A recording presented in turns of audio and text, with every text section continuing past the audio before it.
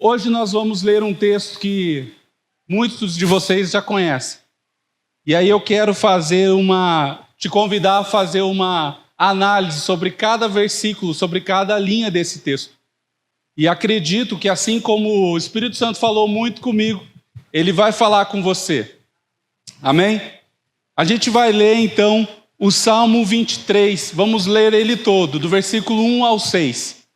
Na versão Almeida Corrigida e Fiel. Como já é um salmo conhecido, eu vou pedir para vocês me acompanharem nessa leitura. E diz assim a palavra do Senhor: O Senhor é o meu pastor, nada me faltará. Deitar-me faz em verdes pastos, guia-me mansamente às águas tranquilas. Refrigera a minha alma, guia-me pelas veredas da justiça, por amor do seu nome. Ainda que eu andasse pelo vale da sombra da morte, não temerei mal algum, porque tu estás comigo, a tua vara e o teu cajado me consolam. Preparas uma mesa perante mim, na presença dos meus inimigos. Unges minha cabeça com óleo, o meu cálice transborda. Certamente que a bondade e a misericórdia me seguirão todos os dias da minha vida, e habitarei na casa do Senhor por longos dias. Querido Pai, nós te agradecemos, Senhor, por esta palavra. Palavra que foi escrita há muito, muito tempo atrás. E ainda assim, nos dias de hoje, ela parece que foi escrita ontem. Fala conosco, Senhor, aqui está o teu povo para ouvir a tua voz, para ver a tua face. Que nós possamos sair daqui edificados, sedentos e cheios da tua palavra, Senhor. Eu repreendo em nome de Jesus aquilo que está atrapalhando os teus filhos e filhas de ouvir a tua voz. Aquilo que está trancando os ouvidos e o entendimento. Está disperso agora, está quebrado agora. Ouvidos estejam abertos para ouvir a voz do Senhor. Em nome de Jesus, fala conosco, Senhor. Em nome de Jesus. Amém? Amém? Eu tenho certeza que essa palavra você já deve ter visto impressa em algum pano de prato, em algum calendário, numa camiseta gospel, porque eu lembro que quando eu era pequeno, o pessoal lá no Paraná tem muito, mas muito pano de prato. Se você acha que tem, eles têm muito. Porque lá eles têm, na minha época, né, era muito comum ter fogão a lenha, então usava, lavava, já ia para cima do fogão a lenha para ficar secando. E tinha vários, eu lembro que parentes, tios, tias, minha avó tinha um monte, e a maioria vinha com o começo: o Senhor é meu pastor e nada me faltará. O Senhor é meu pastor e nada me faltará. Embora talvez essa palavra já esteja decorada na sua mente, nós vamos fazer essa análise, versículo por versículo, para que Deus possa falar conosco. E a minha proposta hoje é simplesmente responder a uma única pergunta: quem é você? Essa é a única pergunta que nós vamos responder ao final da leitura da análise desse texto. Quem é você? Tematicamente, o Salmo 23 ele é dividido em 3 estrofes. Na primeira parte, que vai do 1 ao 3 até a parte A, ele trata Deus como nosso pastor, que supre as ovelhas que somos nós. Na segunda, que vai do 3, da parte B até o 4, Deus é tratado como guia, que nos conduz como ovelhas pelo vale da sombra da morte. E na terceira, que vai do 5 até o 6, Deus é tratado como anfitrião, que nos recebe em sua casa e nos coloca um banquete à mesa. Mas nós vamos colocar então uma lupa sobre cada verso desse salmo. E nessa versão Almeida Corrigida e Fiel, eu particularmente não gosto dessa versão. Porque quando você lê o Senhor é o meu pastor e nada me faltará, dá a impressão que eu tenho direito a tudo, o que não é uma plena verdade. Não é que não me vai faltar nada. E por isso que alguns comentaristas e tradutores, eles dizem que a melhor tradução para esse texto seria: de nada terei falta. E isso faz uma grande diferença. Mas o que eu quero te dizer aqui é que isso não é um convite para você fazer um voto de pobreza e se tornar um franciscano, não é isso.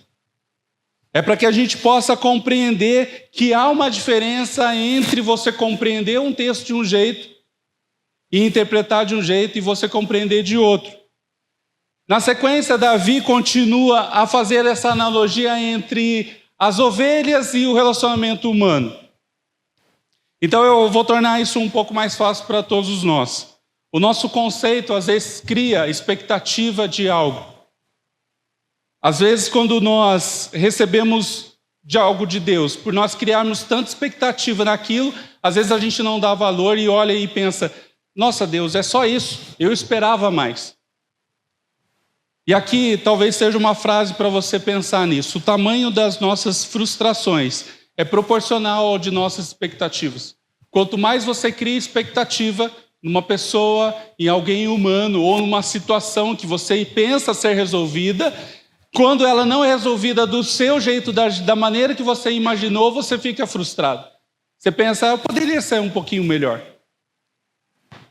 Eu não sei você, mas quando eu estou lendo a Bíblia ou algum livro de ficção, geralmente cria-se a imagem na nossa cabeça, né? Você lê uma situação, você vai criando imagens. Você está lendo um livro, você vai criando imagens na sua imaginação. E talvez por isso que quando você lê um livro e em seguida sai um filme sobre aquele livro, você pensa, poxa, o filme é legalzinho, mas o livro é melhor.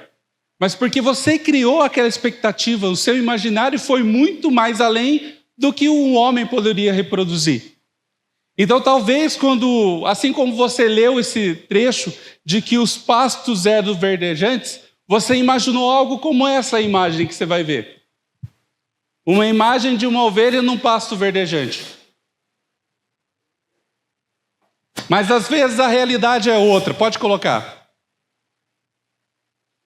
Esse era um pasto comum na época de Jesus. O pasto verdejante era esse. Eu sinto muito te decepcionar.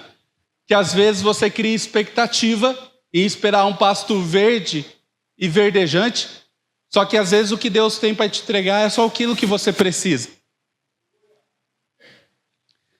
Agora é interessante que Davi fala como um pastor que conduz as ovelhas. Eu não sei se você sabia, mas as ovelhas, elas, para sair, para comer, tomar água, essa distância da onde elas estavam até onde elas deveriam ir são medidas em quilômetros.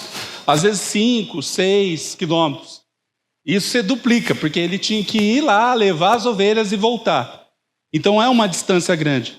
Dizem alguns estudiosos que esse rebanho de ovelhas, as ovelhas são animais muito medrosos. Se assustam com muita facilidade. Qualquer barulho, qualquer situação leva elas a temer e não se alimentar direito. E elas precisam ficar próximas ao seu pastor. E mesmo assim, se ela tiver muito medo, ainda ela não come, não se alimenta direito. Dizem ainda que ela não serve como moeda de troca. Então, se eu tivesse, por exemplo, devendo um dinheiro para algum irmão e tivesse um rebanho e quisesse pagar essa dívida com a ovelha, o irmão que soubesse disso, ou o pastor que soubesse disso, não receberia, porque a ovelha ela ia definhar de tristeza de não estar perto daquela pessoa que esteve com ela o tempo todo. Ela não se alimenta, ela entra em profunda depressão e não se desenvolve, não produz e acaba morrendo. Por isso que é muito comum a gente, às vezes, ver em fotos, em filmes, adultos e crianças tocando um rebanho de ovelhas, como você vê nessa foto. Pode colocar. Aí você vê uma menina cuidando de um pastoreio de ovelhas. E aonde essas ovelhas ficavam? Desse ponto que elas saíam até ir para os pastos, ou para tomar água, ou para se alimentar. Ela ficava no aprisco.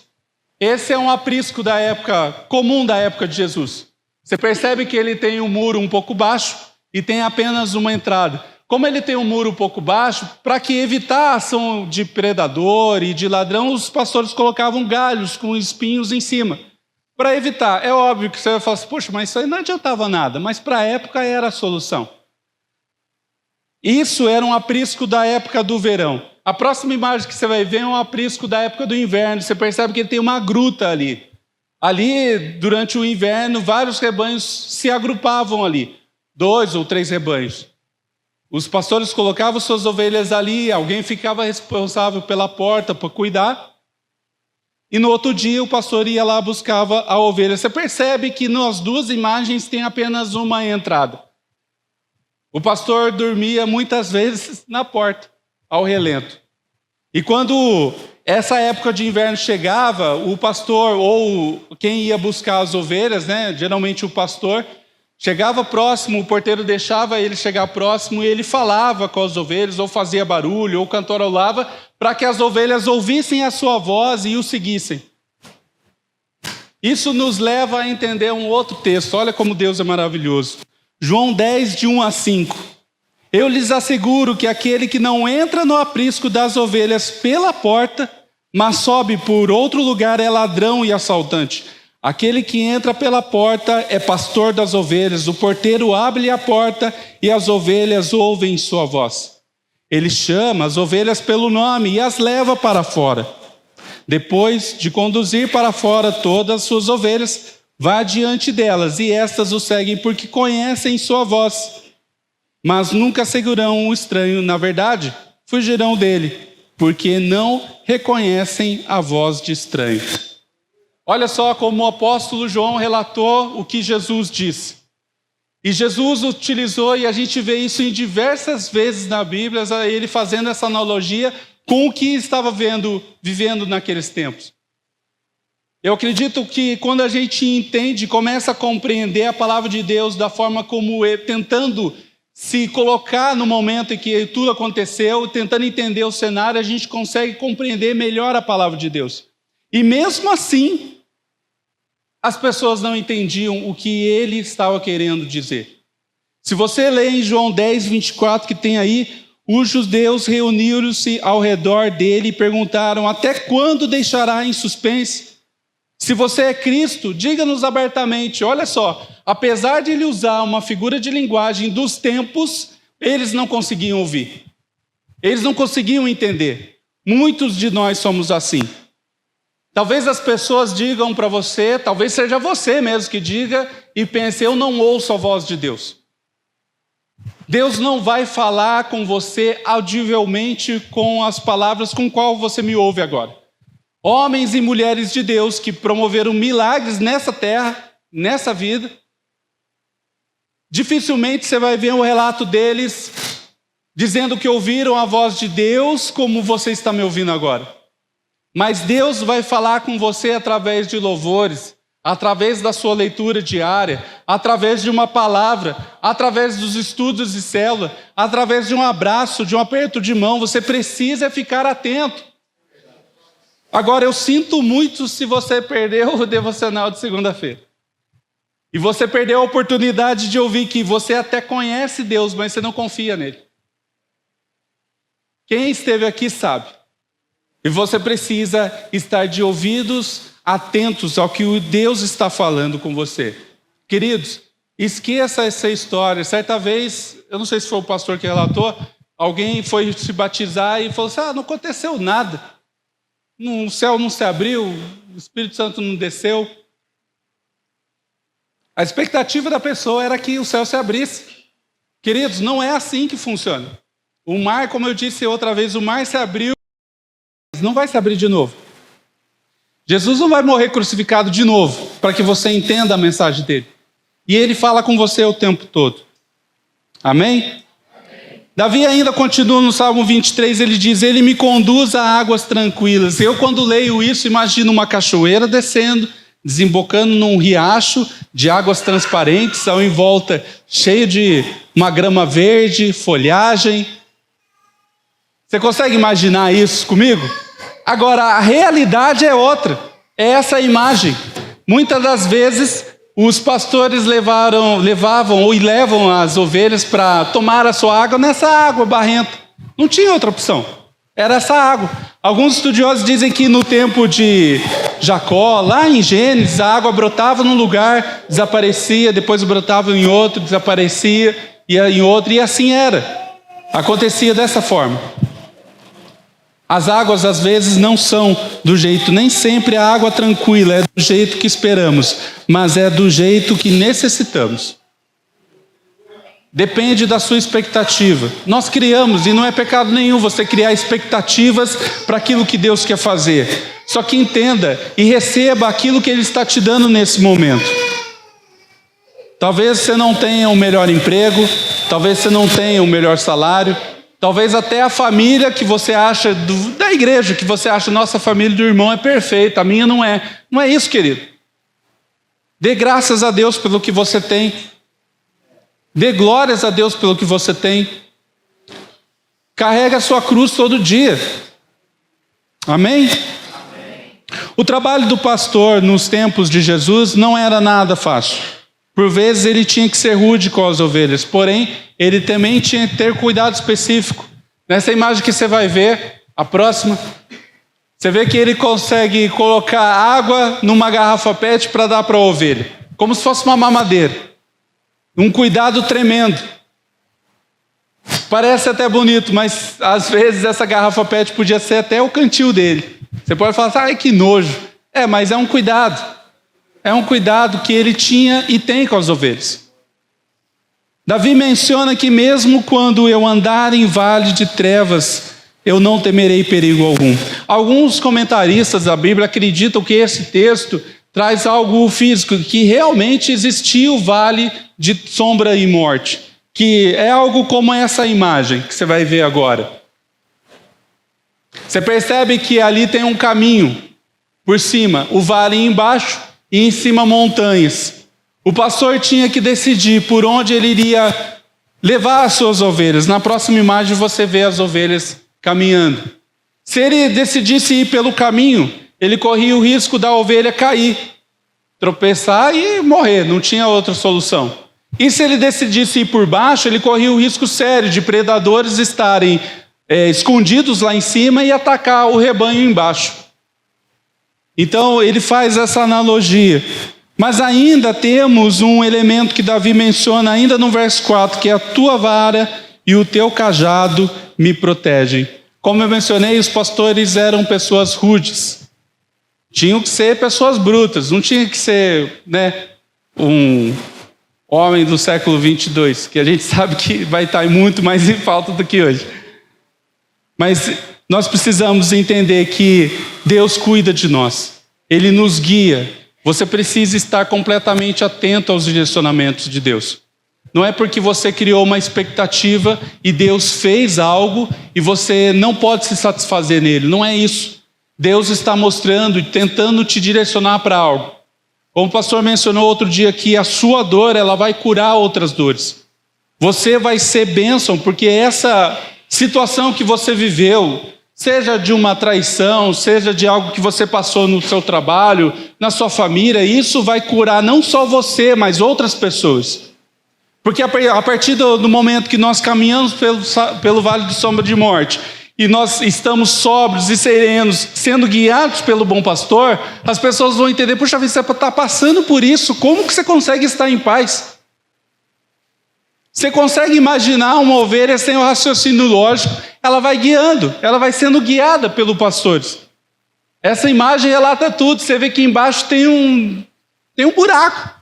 E ela, mesmo sem ela entender o risco que ela está correndo, ela fala assim, não, eu sei quem eu estou seguindo. Você precisa entender quem você está seguindo. Se você está seguindo Jesus, que é o nosso bom pastor, não tem como você cair no buraco. Não tem como. Amém? Existe uma história, e aí eu quero, antes de contar essa história, a Elaine adquiriu um pulguentinho lá em casa, e aí, antes de entrar nessa história, eu quero relatar uma coisa muito interessante que aconteceu. Esses dias ela estava deitada já, eu estava esperando dar o horário para sair, o danadinho, ele pega o papel higiênico, puxa e sai arrastando para a casa toda, né?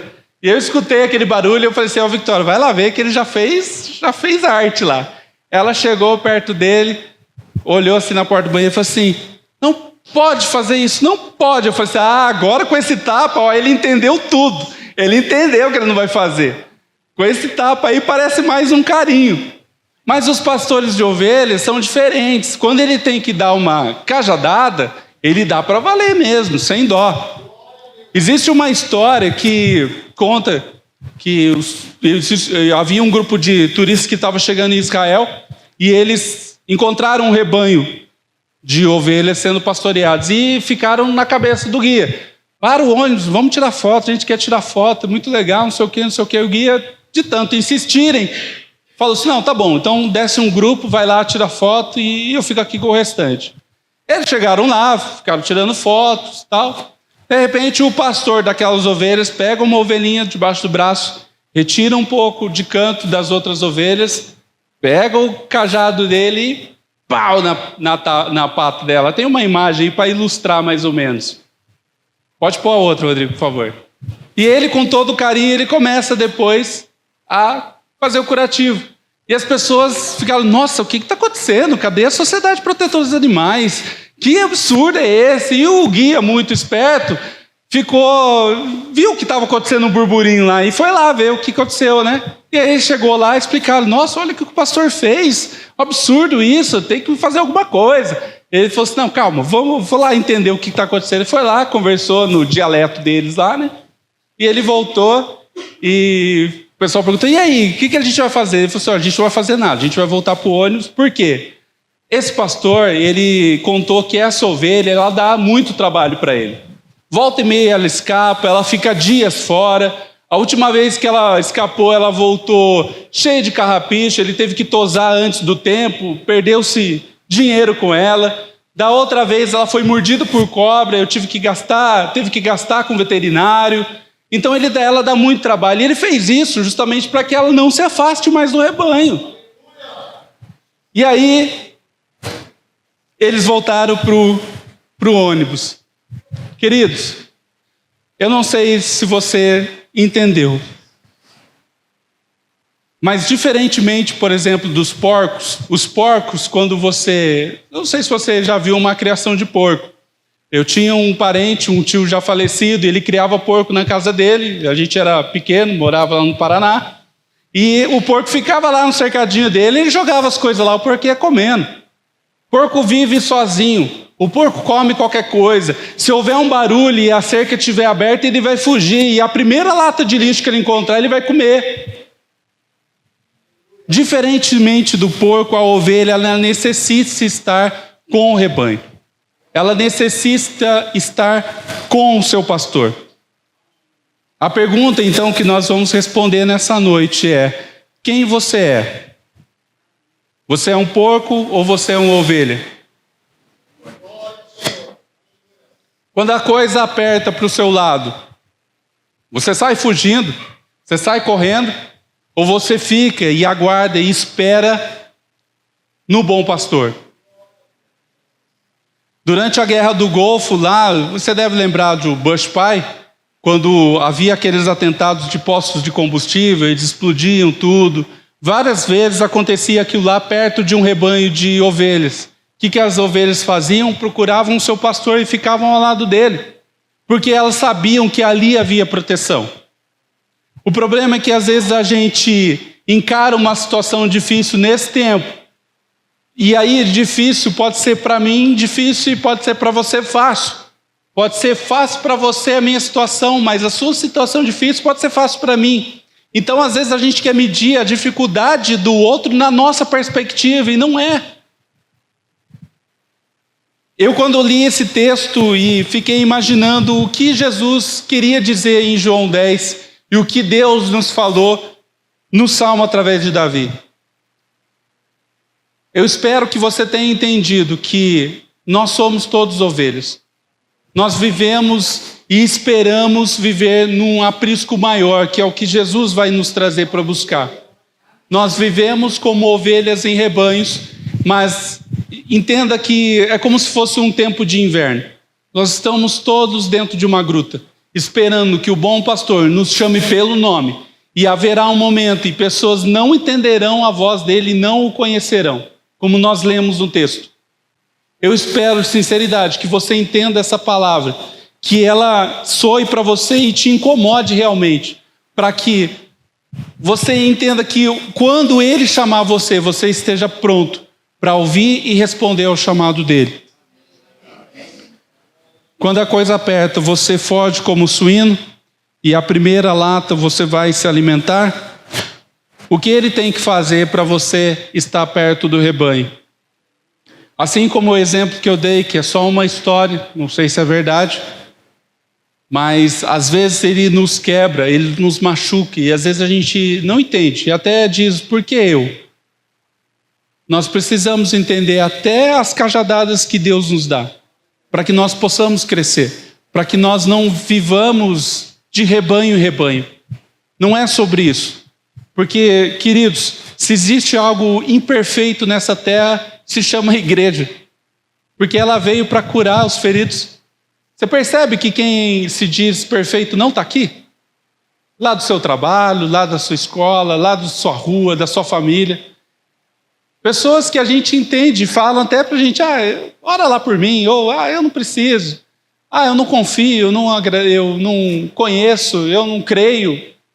Elas não estão aqui, mas nós estamos aqui. Só que a maioria das pessoas temem em apontar o dedo e falar assim, mas você não é cristão? Claro que isso tem a ver com o testemunho que a gente vive, mas nós temos que buscar nos aperfeiçoar como pessoas, como rebanho, para que quando Jesus vier e nos ferir, a gente entenda que é necessário, porque nós estamos fazendo alguma coisa errada. Você está disposto, então, a ser orientado com vara e cajado do bom pastor, que é Jesus? Talvez, quando nós entendemos isso, nós começamos a ler o Salmo 23 de forma diferente. O Senhor é meu pastor, e isso já me basta, e de nada tenho falta.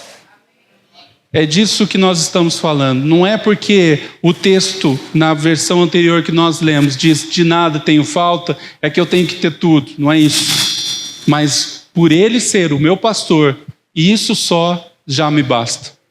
Amém?